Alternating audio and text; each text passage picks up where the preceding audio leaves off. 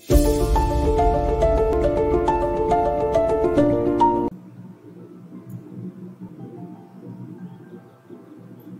students, இன்னைக்கு கிளாஸ்ல நாம என்ன பார்க்க போறோம்னு பாத்தீங்கன்னா history subjectல we are going to see about the Guptas.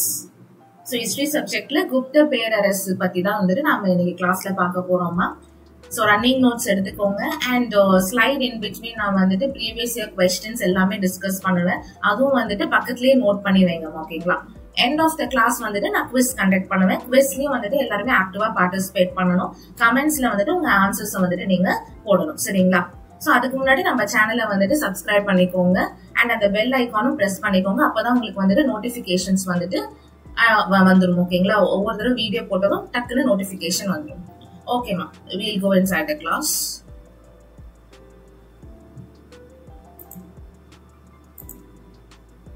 So first, Gupta பேரரசுடைய ஆட்சி காலம் வந்துட்டு பாத்தீங்கன்னா கிபி 240 இருந்து 550 வரைக்கும் வந்துட்டு அவங்க ஆட்சி செய்திருக்காங்க ஓகேங்களா.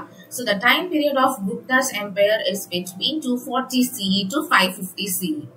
CE which means common era. நம்ம சிந்துவெளி நாகரிகம் தான் வந்துட்டு பொது ஆண்டிற்கு முன் அப்படி பார்த்திருப்போம். இண்டஸ் வேலி civilisation would be BCE before common era அப்படின்றது நம்ம பார்த்திருப்போம். பட் குப்தாஸ் அப்படின்ட்டு வந்ததுக்கு அப்புறமா நம்ம வந்துட்டு எல்லாமே வந்துட்டு கிபி நோக்கி போயிடுவோம் ஓகேங்களா. CE நோக்கி போயிடுவோம். Capital of the Guptas is Pataliputra, which is in Bihar. குப்தர்களுடைய தலைநகரமா கருதப்படுறது பாட்டலிபுத்திரம். சோ பாட்டலிபுத்திரம் அப்படின்றது ஒண்ணும் இல்லாம இப்போ இருக்கிற பீகார் மாநிலத்துல வந்துட்டு பாட்னா அப்படின்ற ஒரு மாவட்டம் இருக்கு இல்லையா. சோ அதோடைய அந்த காலத்துல வந்துட்டு அந்த பாட்டலிபுத்திரம் அப்படின்ற மாதிரி வந்துட்டு அழைச்சிருக்காங்க சரிங்களா. சோ பாட்டலிபுத்திரம்னா என்னடா இது ரொம்ப டிஃபரன்ஸான நேமா இருக்கு அப்படின்ட்டு நீங்க கன்சிடர் பண்ண வேண்டாம். சோ இப்போ இருக்கிற பீகார் ஸ்டேட்ல இருக்க பாட்னா டிஸ்ட்ரிக்ட் தான் அந்த காலத்துல வந்துட்டு பாட்டலிபுத்திரம், அந்த சுற்று வட்டார பகுதி எல்லாம் இருக்கு இல்லையா, அது எல்லாத்தையும் சேர்த்து பாட்டலிபுத்திரம் அப்படின்ற மாதிரி அழைச்சிருக்காங்க. This is an important question guys. இந்த क्वेश्चन கேட்டிருக்காங்கம்மா, கேபிட்டல் கேட்டிருக்காங்க. சோ குப்தாஸ் டைனஸ்டிக்கு முன்னாடி என்னென்ன டைனஸ்டிஸ்லாம் இருந்தாங்க அப்படின்னு நம்ம பாத்துக்கலாம். Mauryan dynasty, Sunga dynasty and Kanva dynasty. Gupta வம்சத்திற்கு முன்னாடி இருந்த வம்சங்கள்லாம் யார் யாருன்னு பாத்தீங்கன்னா மௌரிய வம்சம், சுங்க வம்சம், கான்வ வம்சம். இதுல மௌரிய வம்சம் தான் வந்துட்டு ரொம்பவே ஒரு பெரிய வம்சம், நீண்ட ஆண்டுகள் காலம் வந்துட்டு ஆட்சி செஞ்சிருப்பாங்க. ஆமா, they would have ruled for long years. சுங்க வம்சம், கான்வ வம்சம்லாம் வந்துட்டு ஒரு லிட்டில் டைம் பீரியட் தான், ஒரு குறுகிய காலம் தான் ஆட்சி செஞ்சிருப்பாங்க. இவங்களை பத்தி நம்ம ரொம்ப டிஸ்கஸ் பண்ணணும்னு அவசியம் இல்ல. ஜஸ்ட் குப்தாஸ்க்கு முன்னாடி இந்த டைனஸ்டிஸ் எல்லாம் வந்துட்டு ரூல் பண்ணிருக்காங்க அப்படின்ட்டு நம்ம தெரிஞ்சுக்கிட்டாலே that's enough.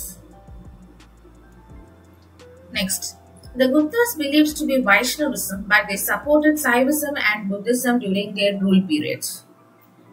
குப்த வம்சத்தினர் வந்துட்டு வைசிய வர்ணத்தை சேர்ந்தவர்கள் அப்படின்ட்டு வந்துட்டு கருதப்படுது. வைசிய வர்ணம் அப்படின்னா ஒண்ணும் இல்ல, வைஷ்ணவிசம்னு சொல்லுவாங்க. அதாவது வந்துட்டு பெருமாளை கடவுளா வந்துட்டு வணங்குறவங்க தான் வந்துட்டு வைசிய வர்ணம் அப்படின்ற மாதிரி சொல்லுவாங்க.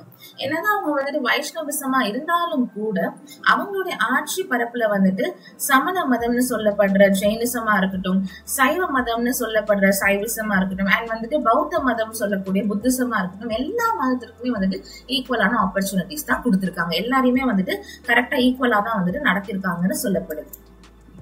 ஓகேவா, நெக்ஸ்ட் போலாம். Guptas emperors order. குப்த பேரரசுகளின் வரிசை பார்த்துக்கோங்க, very very important. Gupta's founder, the founder of Gupta empire is Sri Gupta. Gupta பேரரசின் துவங்கி வைத்தவர் அந்த மாதிரி எல்லாம் क्वेश्चन கேட்கலாம் ஓகேங்களா. தோற்றுனர் அந்த மாதிரி क्वेश्चन கேட்கலாம். ஸ்ரீ குப்தா. நெக்ஸ்ட் அவங்க பையன் கடோகச்சா. நெக்ஸ்ட் முதலாம் சந்திரகுப்தா. நெக்ஸ்ட் சமுத்திரகுப்தா. நெக்ஸ்ட் இரண்டாம் சந்திரகுப்தா, குமாரகுப்தா, ஸ்கந்தகுப்தா. சோ குப்தாஸ்ல வந்துட்டு பாத்தீங்கன்னா உங்களுக்கு வந்துட்டு ரெண்டு டைப் ஆஃப் क्वेश्चंस வந்துட்டு இந்த ஆர்டர்ல இருந்து கேட்பாங்க ஓகேங்களா. நார்மலா ஆர்டர் கேட்பாங்க, கிங்ஸோட ஆர்டர் கேட்பாங்க ஓகேங்களா. Option A B C D கொடுத்துட்டு ஆர்டர் வந்துட்டு கேட்பாங்க. ஸ்ரீ குப்தால இருந்து ஸ்கந்தகுப்தா வரைக்கும் உங்களுக்கு எப்படி வேணாலும் ஆர்டர்ஸ் வந்துட்டு கேட்கலாம். So that will be the first question, order ஓகேங்களா, வரிசை கேட்டுருவாங்க. செகண்ட் கொஸ்டின் எப்படி வரும்னு பாத்தீங்கன்னா, who is the last Gupta emperor அப்படின்ற ஒரு கொஸ்டின் கேட்பாங்க. கடைசி குப்த பேரரசர் யார் அப்படின்ற ஒரு கேள்வி கேட்டாங்கன்னா அதுக்கு ஆன்சர் வந்துட்டு ஸ்கந்த குப்தர் தான். சரிங்களா? இதே கடைசி குப்த ஆட்சியாளர் யார் அல்லது கடைசி குப்த மன்னர் யார், who is the last king of Gupta, who is the last Gupta ruler அப்படின்னு கேட்டாங்கன்னா அதுக்கு ஆன்சர் விஷ்ணு குப்தா. என்ன மேம் இது லாஸ்ட் எம்பரர்னா என்ன, லாஸ்ட் ரூலர்னா என்ன அப்படின்ற மாதிரி உங்களுக்கு இப்ப கொஸ்டின் வரும். இப்போ பேரரசர்னா என்ன, ஆட்சியாளர்னா என்ன அப்படின்றத நம்ம பார்க்க போறோம் difference. Emperor is a person who is very strong enough, is என்ன சொல்றது, he can't be defeated in any battle அப்படின்ற மாதிரி சொல்லுவாங்க. அதாவது ஒரு பேரரசர் அப்படின்றவர் வந்துட்டு ஒரு மிகச்சிறந்த அரசர், மிகவும் பலசாலியான ஒரு அரசர்.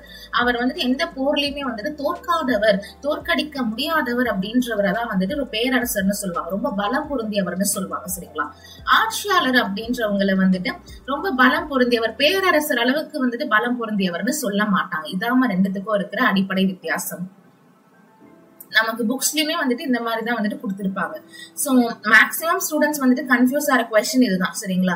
ஏன்னா இந்த கொஸ்டின்ஸ் ரெண்டுமே வந்துட்டு நமக்கு டிஎன்பிஎஸ்சில வந்துட்டு கேட்டிருக்காங்க. சோ லாஸ்ட் எம்பரர், கடைசி பேரரசர்னா ஸ்கந்த குப்தா தான் நீங்க ஆப்ஷன்ல சூஸ் பண்ணணும். கடைசி ஆட்சியாளர், லாஸ்ட் ரூலர் யாருன்னு கேட்டாங்கன்னா விஷ்ணு குப்தாவை தான் நீங்க ஆப்ஷன்ல சூஸ் பண்ணணும். ஓகேங்களா? சோ இந்த ஸ்லைட்ல வந்துட்டு 3 கொஸ்டின்ஸ் வரதுக்கான பாசிபிலிட்டிஸ் இருக்கு. ஆர்டர் கேட்கலாம், லாஸ்ட் எம்பரர் கேட்கலாம், லாஸ்ட் ரூலர் கேட்கலாம். ஓகேங்களா? 3 questions possibilities இருக்கு. நெக்ஸ்ட்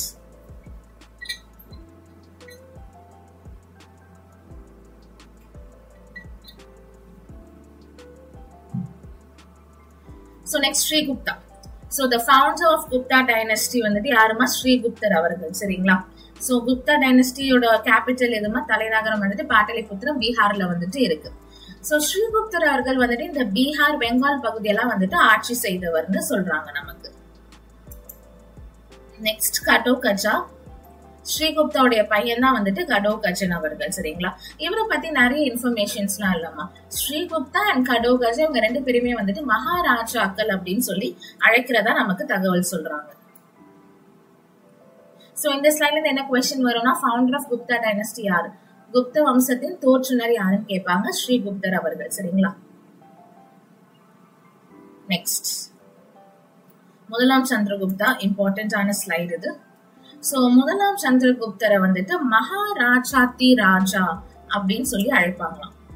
இஸ் கால்ட் அஸ் மகாராஜாத்தி ராஜா. Next point. சோ எந்த ஒரு அரசரா இருந்தாலுமே வந்துட்டு அவரோட எண்ணம் என்னவாமா இருக்கும், அவருடைய கிங்டம், அவருடைய ஆட்சியை விரிவுபடுத்தணும், அவருடைய ஆட்சியை வந்துட்டு உலகம் எங்கும் வந்துட்டு விரிவுபடுத்தணும் அப்படின்றதுதான் வந்துட்டு ஒவ்வொரு மன்னருடைய ஒரு குறிக்கோளாவும் வந்துட்டு இருக்கும். சரிங்களா? So the ambition of an emperor or ambition of a king would be to expand his boundaries, to expand his territories. okay, so அதான் அவரோட ஆம்பிஷனா இருக்கும். சோ இவர் வந்துட்டு யோசிக்கிறார், நம்ம எல்லைகளை எப்படிடா விரிவுபடுத்தலாம் அப்படின்னு யோசிக்கும் பொழுதுதான் இவருக்கு வந்துட்டு என்ன தோணுதுன்னா, மேட்ரிமோனியல் அலையன்சஸ் அப்படின்ற ஒரு விஷயம் தோணுது. மேட்ரிமோனியல் அலையன்சஸ்னா ஒண்ணும் இல்லாம இப்போ இருக்கிற டவுரி சிஸ்டம். சரிங்களா? இப்போ வந்துட்டு பெண்ணை வந்துட்டு கல்யாணம் பண்ணி கொடுக்கும் போது வரதட்சணை கொடுக்குறாங்க இல்லையா, சோ அதே கான்செப்ட் தான் வந்துட்டு அந்த காலத்தையும் வந்துட்டு யூஸ் பண்ணிருக்காங்க. இப்ப என்ன நம்ம வந்துட்டு லைக் காரு, பணம், நகை அந்த மாதிரி தான் கொடுப்போம். கரெக்டா? ஜுவல்லரி, கோல்டு அந்த மாதிரி, வீடு வாசல் அந்த மாதிரி தான் வந்துட்டு கொடுப்பாங்க டவுரி. ஓகேங்களா? நம்ம கேள்விப்பட்ட வரைக்கும். பட் அந்த காலத்துல வந்துட்டு மன்னர்களுக்குள்ள வந்துட்டு கல்யாணம் நடந்துச்சு அப்படின்னா வெறும் இந்த கோல்டு, சில்வர் இந்த மாதிரி மட்டும் கொடுக்கறது இல்லாம பொண்ணை கட்டி கொடுக்குற அவங்க அப்பா இருக்காரு இல்லையா, சோ அந்த கிங் வந்துட்டு என்ன பண்ணுவாருன்னா அவருடைய கிங்டம்ல வந்துட்டு பாதி நிலத்தை வந்துட்டு தன்னுடைய மாப்பிள்ளைக்கு வந்துட்டு கொடுத்துருவாரு. சரிங்களா? சோ அந்த காலத்துல இது வந்துட்டு பின்பற்றப்பட்டுச்சு. சோ அந்த மாதிரிதான் இப்போ முதலாம் சந்திரகுப்தர் என்ன யோசிக்கிறாருன்னா, நம்ம நிறைய பெண்களை கல்யாணம் பண்ணிட்டோம்னா அதுக்கு மூலியமா நமக்கு நிறைய நில வரதட்சணை வரும். சோ அது மூலியமா நம்ம என்ன பண்ணலாம், நம்மளுடைய எல்லைகளை விரிவுபடுத்தலாம். we can expand our territory அப்படின்ற மாதிரி வந்துட்டு முதலாம் சந்திரகுப்தா வந்துட்டு கணக்கு போடுறாரு. சோ இதுல வந்துட்டு அவர் பாத்தீங்கன்னா நேபாளம் நாட்டுல வந்துட்டு லிச்சாவி ராஜ்யம்னு ஒரு ராஜ்யம் இருக்குமா, லிச்சாவி கிங்டம்னு. அந்த கிங்டம் ஒரு இளவரசி குமார தேவிய வந்துட்டு அவர் மணந்திருக்காரு. சோ அதனால என்ன கிடைச்சிருக்கு அவருக்குன்னு பாத்தீங்கன்னா, நேபாள்ல வந்துட்டு நிறைய பகுதிகள் வந்துட்டு அவருக்கு வரதட்சணை கிடைச்சிருக்கு. So he married Nepal Kingdom's Lichavi princess Kumara Devi.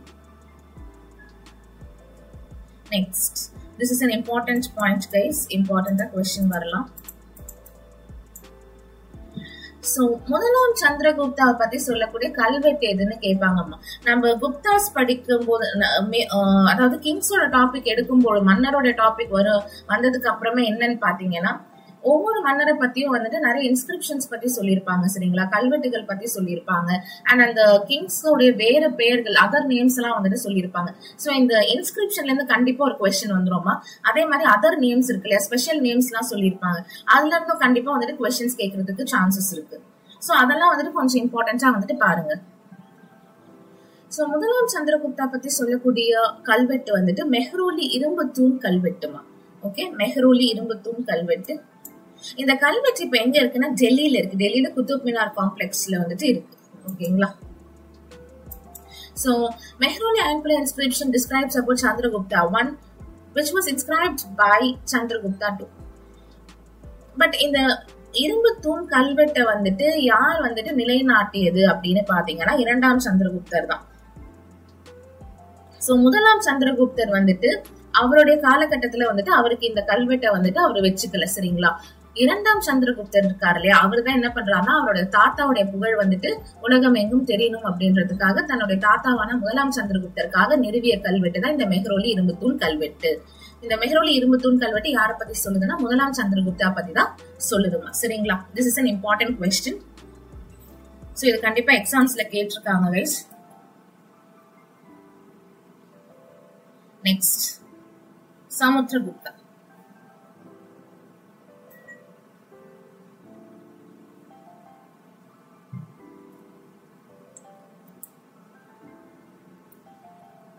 So Samudragupta was considered as the greatest emperor of the dynasty. மிகச்சிறந்த அரசர்னு சொல்றாங்க. அவரோட வம்சத்திலேயே மிகச்சிறந்த அரசர் வந்துட்டு இந்த சமுத்திரகுப்தான்னு சொல்றாங்க. இப்ப சமுத்திரகுப்தாக்கும் வந்துட்டு ஒரு யோசனை வருது. என்ன யோசனைனா நாமளும் நம்மளுடைய எல்லைகளை வந்துட்டு விரிவுபடுத்தணுமே, எப்படி நம்ம எல்லைகளை விரிவுபடுத்தலாம் அப்படின்னு அவர் யோசிக்கிறாரு. சோ இவருக்கு முன்னாடி முதலாம் சந்திரகுப்தா என்னமா பண்ணாரு, இவரோட அப்பா வந்துட்டு மேட்ரிமோனியல் அலையன்ஸ் மூலமா expanded his territory, right? So Samudragupta என்ன யோசிக்கிறாருன்னா நாமளே அந்த வழியை ஃபாலோ பண்ணணும். we'll follow military expedition. military expeditionனா ஒன்னும் இல்லாம போர் செய்யறது, வழக்கம் போல போர் செய்து அதர் கண்ட்ரிஸ வந்துட்டு கேப்சர் பண்றது, மற்ற நாடுகளை கைப்பற்றதான் வந்துட்டு போர் பண்ணி கைப்பற்றலாம் அப்படின்னு இவருடைய டெக்னிக் இது சரிங்களா. நெக்ஸ்ட் சமுத்திரகுப்தா பத்தி சொல்லக்கூடிய inscription, again an important question. Samudragupta பத்தி சொல்லக்கூடிய இன்ஸ்கிரிப்ஷன் வந்துட்டு பாத்தீங்கன்னா it's named as Allahabad pillar inscription, which is in Allahabad, which was inscribed by Samudragupta's court poet Harisena. This Allahabad pillar inscription is also called as Prayog Prashasti. So Samudragupta பத்தி சொல்லக்கூடிய கல்வெட்டு எதுன்னு கேட்பாங்க, அலகாபாத் தூண் கல்வெட்டு. இப்ப சமுத்திரம் அப்படின்னா அது அழகா இருக்கும் இல்லையா, சோ அந்த மாதிரி ட்ரிக் வச்சு ஞாபகம் வச்சுக்கோங்க. அப்பதான் இது கரெக்டா அந்த இன்ஸ்கிரிப்ஷன் கரெக்டா வந்துட்டு உங்களால எடுக்க முடியும். சோ இந்த அலகாபாத் தூண் கல்வெட்டை வந்துட்டு யார் நிறுவியது அப்படின்னு பாத்தீங்கன்னா சமுத்திரகுப்தாவுடைய அவையில இருக்கிற ஒரு புலவர் தான், ஒரு சமஸ்கிருத புலவரான ஹரிசேனர் அவர்கள் தான் வந்துட்டு சமுத்திரகுப்தாவிற்காக இந்த அலகாபாத் தூண் கல்வெட்டை வந்துட்டு நிறுவி இருப்பாருமா சரிங்களா. அலகாபாத் வந்துட்டு பிரயாக்னு சொல்லுவாங்க கைஸ், ஓகேங்களா. சோ அதனால வந்துட்டு பிரயாக் பிரசஸ்டி, பிரயாக் கல்வெட்டு அப்படின்னு எதுன்னு கேட்டாலும் அது அலகாபாத் தூண் கல்வெட்டை தான் வந்துட்டு குறிக்குது. இது இம்பார்ட்டன்ட் கொஸ்டின். சோ அந்த அலகாபாத் தூண் கல்வெட்டுல வந்துட்டு ஹரிசேனர் என்னதான் வந்துட்டு எழுதியிருக்காருன்னு பாத்தீங்கன்னா சமுத்திரகுப்தாவை புருஷா அப்படின்ட்டு வந்துட்டு சொல்லியிருப்பாரு. புருஷானா ஒன்னும் இல்லாம மிகச்சிறந்தவர்னு அர்த்தம், சுப்ரீம் பீயிங்னு அர்த்தம் சரிங்களா. சோ இந்த கல்வெட்டு வந்துட்டு மொத்தமா 33 வரிகள் இருக்கு, சமஸ்கிருதத்துல எழுதப்பட்டிருக்கு. அண்ட் அதோட எழுத்து வடிவம் வந்துட்டு நாகரி எழுத்து வடிவத்துல வந்துட்டு இருக்குன்னு சொல்றாங்க. So this inscription which was made in Sanskrit language in Nagari script and it contains 33 lines.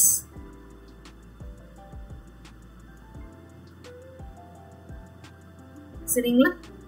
So புருஷா யார் அப்படின்ற மாதிரி வந்துட்டு உங்களுக்கு क्वेश्चन வரலாம். it denotes Samudragupta.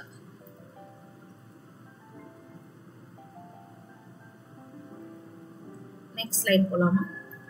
சமுத்திரகுப்தோட போர் வெற்றிகள் பத்தி பாத்திரலாம். சோ அவருடைய போர் வெற்றிகளை வந்துட்டு 3ஆ வந்துட்டு பிரிச்சிருக்காங்க, ஓகேங்களா. வட இந்திய போர் பகுதி 1, அப்புறம் வந்துட்டு தெற்கு இந்திய போர், தெற்கு இந்திய போர் தட்சிண பாதம் அப்படின்ற மாதிரி வந்துட்டு சொல்லுவாங்க. Next north India expedition part 2 வட இந்திய போர் பகுதி 2 அப்படின்ட்டு வந்துட்டு சொல்லுவாங்க. ஓகேங்களா, இதெல்லாம் என்னென்ன அப்படின்றது வந்துட்டு வரிசையா பார்த்துடலாம்.